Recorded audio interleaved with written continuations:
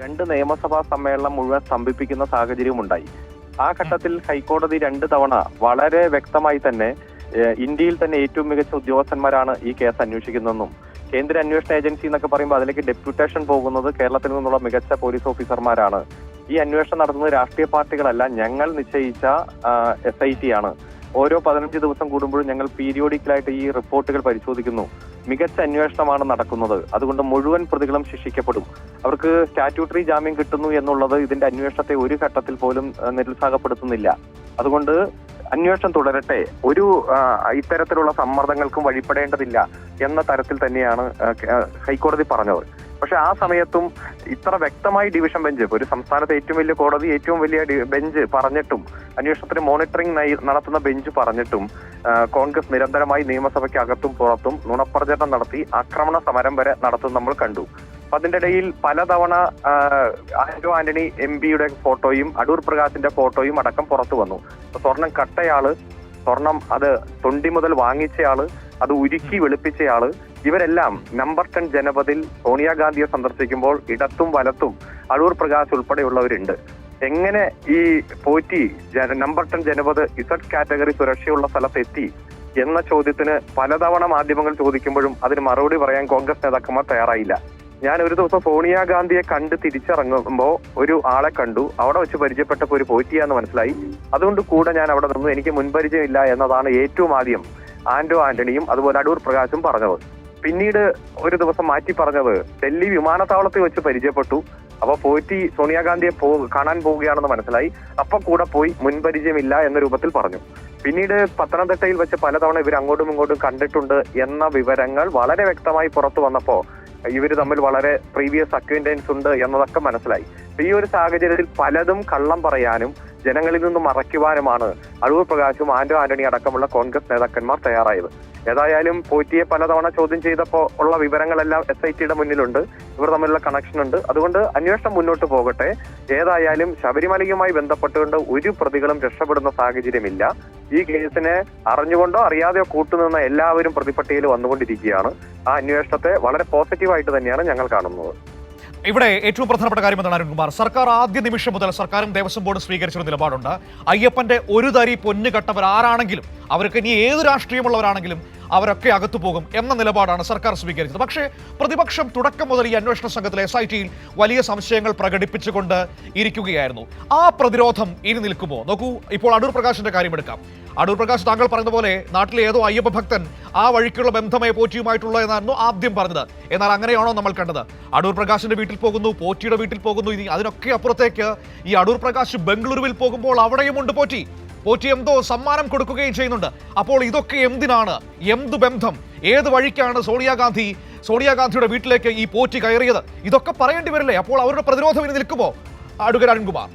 കൃത്യമായി തന്നെ പറയേണ്ടി വരും. അപ്പോ ഇതിലിപ്പോ ആഗോള അയ്യപ്പ സംഗമം നടക്കുന്ന സമയത്ത് ദ്വാരപാലക ശില്പത്തിന്റെ താങ്ങുപീഠവുമായി ബന്ധപ്പെട്ടുകൊണ്ടാണല്ലോ പോറ്റി ആദ്യം തന്നെ രംഗത്ത് വന്നത്. അത് ആരെ സഹായിക്കാനായിരുന്നു? അല്ലെങ്കിൽ ഒരു പോറ്റിയെ സംബന്ധിച്ചിടത്തോളം അത് അന്ന് വരെ ചിത്രത്തിലില്ല. ഇത്തരത്തിലൊരു ആരോപണം ഉന്നയിച്ചുകൊണ്ട് സംസ്ഥാന ഗവൺമെന്റിനെ പ്രതിസന്ധിയിലാക്കാനടക്കം രംഗത്ത് വന്നത് ആർക്ക് വേണ്ടിയിട്ടായിരുന്നു? അതുപോലെ തന്നെ അതിനുശേഷം പോറ്റിയുടെ സഹോദരിയുടെ വീട്ടിൽ നിന്ന് താങ്ങുപീഠം കിട്ടുന്നു. അതിനുശേഷം സാക്ഷാൽ രമേശ് ചെന്നിത്തലയും ശ്രീ VD സതീശനും അടക്കം ഏതോ കോടീശ്വരൻ വന്ന് ഇവിടത്തെ സ്വർണം വാങ്ങിച്ചു കൊണ്ടുപോയി വിദേശത്തേക്ക് കടത്തി എന്നെല്ലാം പറഞ്ഞ ആരോപണം ഉന്നയിക്കുന്നു. ആദ്യം പേര് വെളിപ്പെടുത്താൻ തയ്യാറാകുന്നില്ല. പിന്നെ അന്വേഷണം അതിന്റെ വഴിക്ക് പോകുന്നു. അന്വേഷണം തമിഴ്നാട് കേന്ദ്രീകരിച്ചൊരു മണിയിലേക്ക് പോകുന്നു, പിന്നെ കർണാടകത്തിലേക്ക് പോകുന്നു. അപ്പൊ അന്വേഷണം വഴിതെറ്റിക്കാനും ഡിലേ വരുത്താനും തന്ത്രപൂർവ്വമായിട്ടുള്ള ശ്രമം ഉണ്ടായി. പിന്നെ പഞ്ചലോക വിഗ്രഹവുമായി ബന്ധപ്പെട്ടുകൊണ്ട് ശബരിമലയിൽ നിന്ന് അത് കടത്തി അത് വിദേശത്തേക്ക് കൊണ്ടുപോയി എന്ന ആരോപണം വന്നു.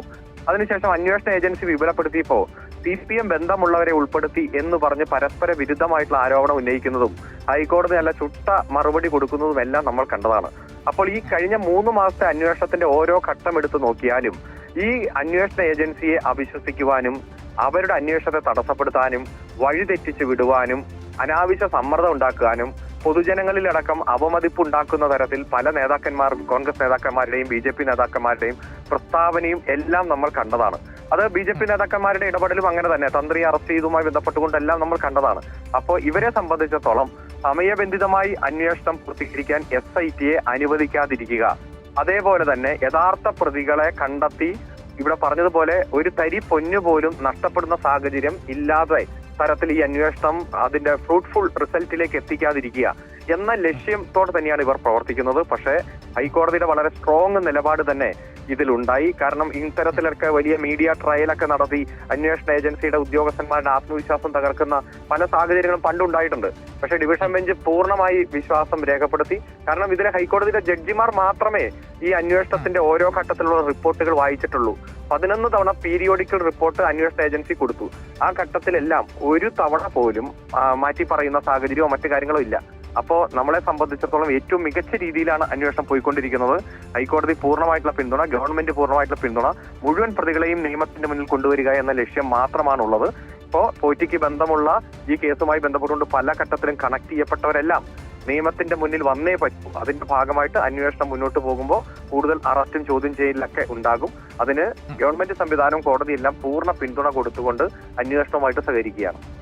ഒരൊറ്റ കാര്യം കൂടി അരുൺകുമാർ, ഇപ്പോൾ ഈ അടൂർ പ്രകാശുമായിട്ടുള്ള ഈ ചിത്രങ്ങളും ദൃശ്യങ്ങളും ഒക്കെ പുറത്തു വന്ന പശ്ചാത്തലത്തിൽ അത് നിയമസഭയിലടക്കം സോണിയാഗാന്ധിയുടെ ചിത്രങ്ങളൊക്കെ ഉയർത്തിക്കൊണ്ട് ഭരണപക്ഷം വലിയ തോതിൽ പ്രതിരോധം തീർക്കുമ്പോൾ കോൺഗ്രസ് എടുത്ത അല്ലെങ്കിൽ പ്രതിപക്ഷ നേതാവ് എടുത്ത അടുത്ത മൂവ് എന്ന് പറയുന്നത് അടൂർ പ്രകാശിന്റെ ചിത്രം പുറത്തു വന്നിട്ടുണ്ടെങ്കിൽ മുഖ്യമന്ത്രിയോടൊപ്പമുള്ള പോറ്റിയുടെ ചിത്രം പുറത്തു വന്നിട്ടുണ്ടല്ലോ, അത് നിങ്ങൾ എന്തുകൊണ്ടും മിണ്ടുന്നില്ല എന്നാണ്. അതായത് പൊതുചടങ്ങിലെ ചിത്രവും അടൂർ പ്രകാശിനോടൊപ്പമുള്ള സ്വകാര്യ ചിത്രങ്ങളും ഒരുപോലെ കാണുകയാണ് പ്രതിപക്ഷ നേതാവും കോൺഗ്രസും ചെയ്യുന്നത്. അത് വിലപ്പോകുമോ?